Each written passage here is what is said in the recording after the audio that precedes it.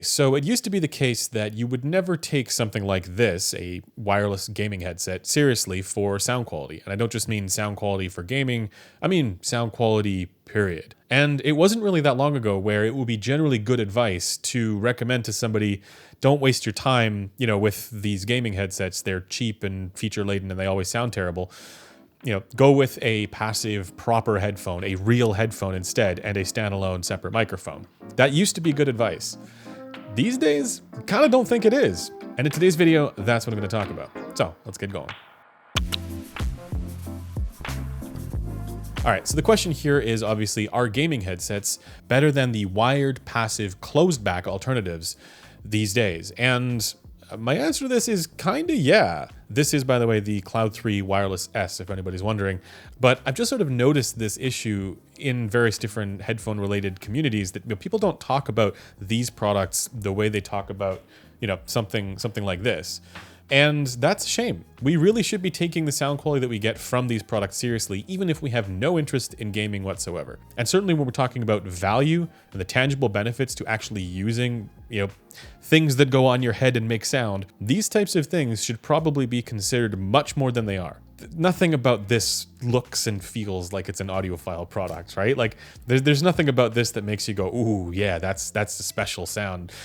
But it is. But I want to first go over a couple of the misconceptions that I think people might have about, wireless headsets and wireless headphones in general, because there are actually very few downsides to these types of products. And when I say these types of products, I mean headphones and headsets that have the ability to be active in some way. It's stuff like the Cloud 3 Wireless S here, or of course the Audeze Maxwell. But I also want to give a shout out to the Sennheiser HDB 630. This is a bit more expensive, but it's a wireless noise canceling headphone.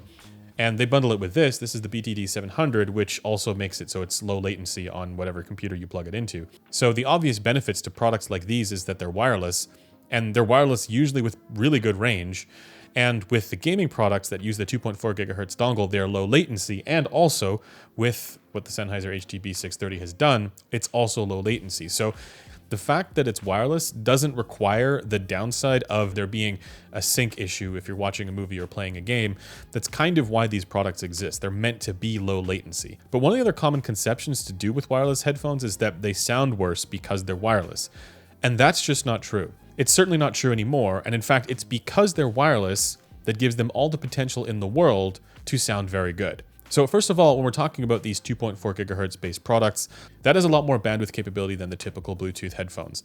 But even Bluetooth these days, with a well-implemented codec, which is what most of them have, that is not the limitation on your sound quality that people think it is. It's funny, whenever I review a Bluetooth headphone that doesn't happen to have lossless as part of its features, like lossless connectivity, people will get all kinds of fired up in the comments without really scrutinizing or caring about the frequency response at all. They think that somehow it's the fact that it's not lossless that it's not going to sound as good as a wired headphone.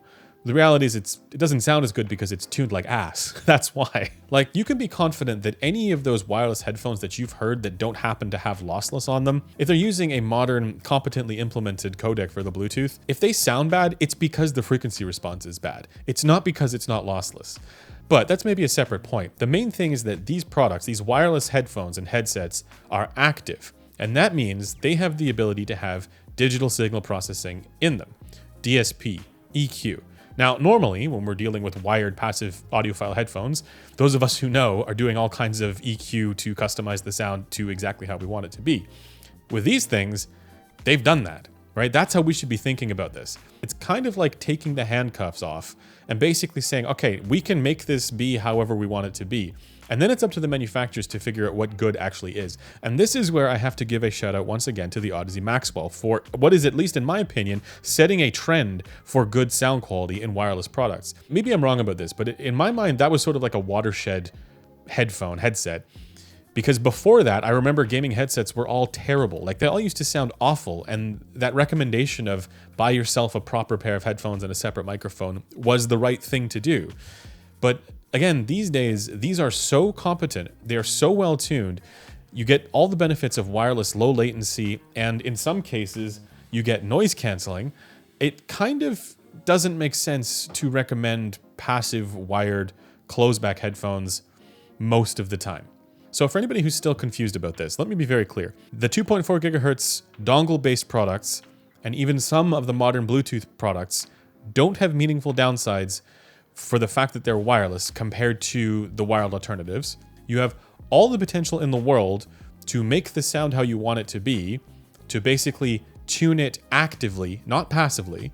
And you also get the benefits of this being wireless. You can take this to the other room. You can literally go to the bathroom while wearing your headphones without having to pause your music. What a time to be alive. This is insane. Now I know there are people out there who are going to say, no, you cannot replace my cable and my DAC and my amp with this wireless 2.4 gigahertz dongle business. I need my buttons, I need my cables, I need my DAC, I need my amp. No, you don't. Stop. Get some help. Stop it. Get some help. So here's an example. This is how the Cloud 3 Wireless S compares to a closed-back wired headphone that came out this year. Now, if you know about these headphones, you'll probably also know that they're a bit of a meme, and this is not really a fair comparison, but I just wanted to show the kinds of extremes that we're talking about here. And when you are getting into some of these passive wired audiophile closed-back options, things can get really weird.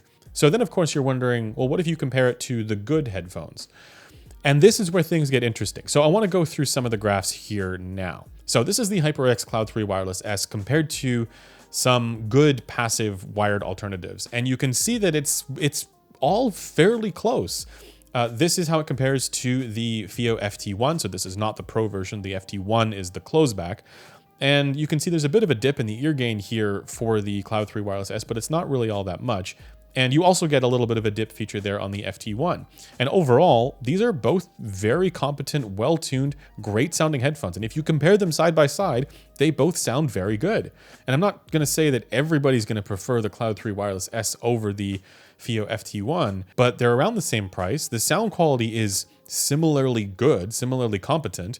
And with the Cloud 3 Wireless S, you get wireless, you get a microphone, you get some software, right?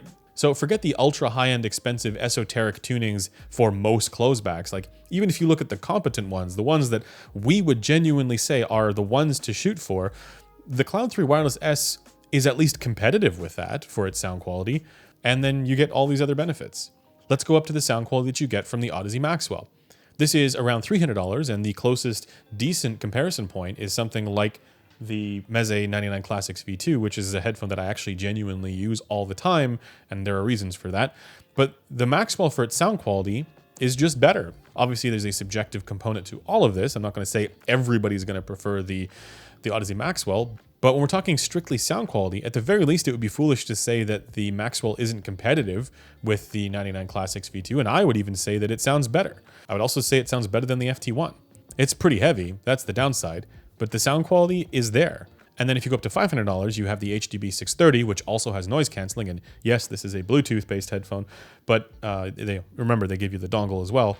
You know, compared to these wired alternatives, the HDB 630 is competitive, if not better sounding than all of them. And it's a struggle to think of anything that sounds better than this, even just in the wired space. I think there are maybe some, but to me, the competition for the HDB 630 comes from the Maxwell. So I'm not saying that there aren't well-performing or good-sounding closebacks that are passive, that are wired. There are some good ones. That's not the point I'm making here.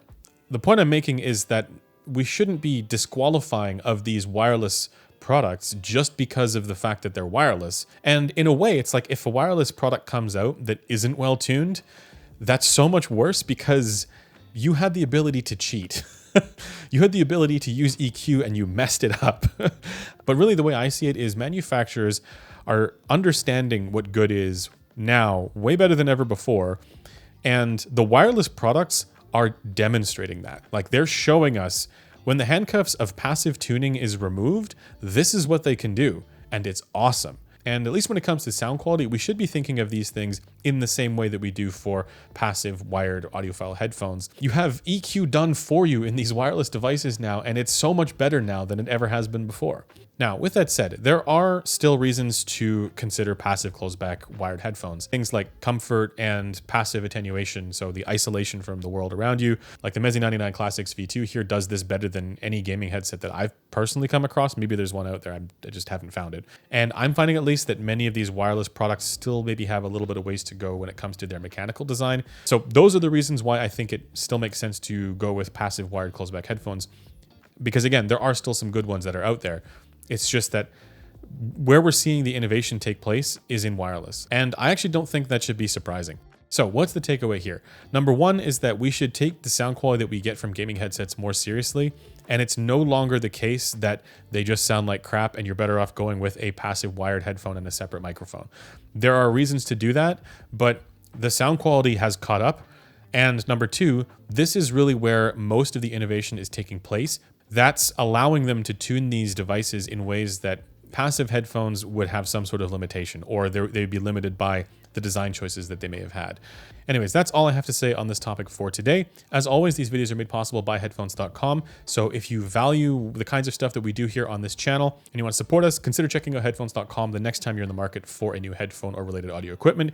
Or if you want to read additional audio reviews or educate yourself on all things to do with headphones, how they perform, how they measure, all that good stuff. We've got tons of articles up there on headphones.com, so I'll leave those linked in the description. As always, if you want to chat with me or other like-minded audio folks, you can do so in our Discord, also linked below. Until next time, I'll see you guys later. Bye for now.